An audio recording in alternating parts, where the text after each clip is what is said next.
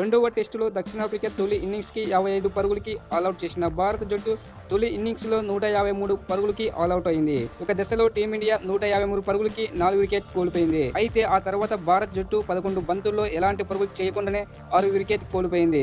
అయితే భారత జట్టులో తొలి ఇన్నింగ్స్లో 58 పరుగులు ఆధిక్యంలో నిలిచింది. టీమిండియా నుంచి ఒక 50 కూడా రాలేదు. విరాట్ కోహ్లీ అత్యధికంగా 46 పరుగులు చేశాడు. విరాట్ కోహ్లీతో పాటు రోహిత్ శర్మ 39 పరుగులు, శుభమన్ గిల్ 36 పరుగులు, కేఎల్ రాహుల్ 8 పరుగులు మాత్రమే చేశారు. ఖాతా తెరవలేకపోయి డొక్అట్ అయ్యారు. వీరిలో యశస్వి జైస్వాల్, శ్రేయస్ అయ్యర్, రవీంద్ర జడేజా, జస్ప్రీత్ బుమ్రా, ప్రసిద్ధ్ కృష్ణ, మహమ్మద్ సిరాజ్, ముఖేష్ కుమార్ ఉన్నారు.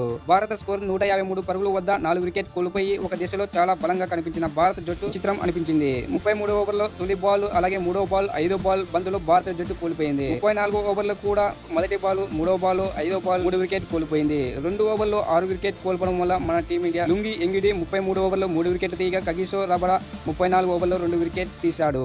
ఈ క్రమంలో మహమ్మద్ సిరాజ్ రన్అట్ అయ్యాడు. దీంతో భారత్ ఇన్నింగ్స్ ముగిసింది. ఇలాంటి వీడియోస్ కావాలంటే మన ఛానల్ని సబ్స్క్రైబ్ చేసుకొని ఫాలో అవ్వండి. మన ఛానల్లో క్రికెట్కి సంబంధించిన వీడియోస్ వస్తూనే ఉంటాయి.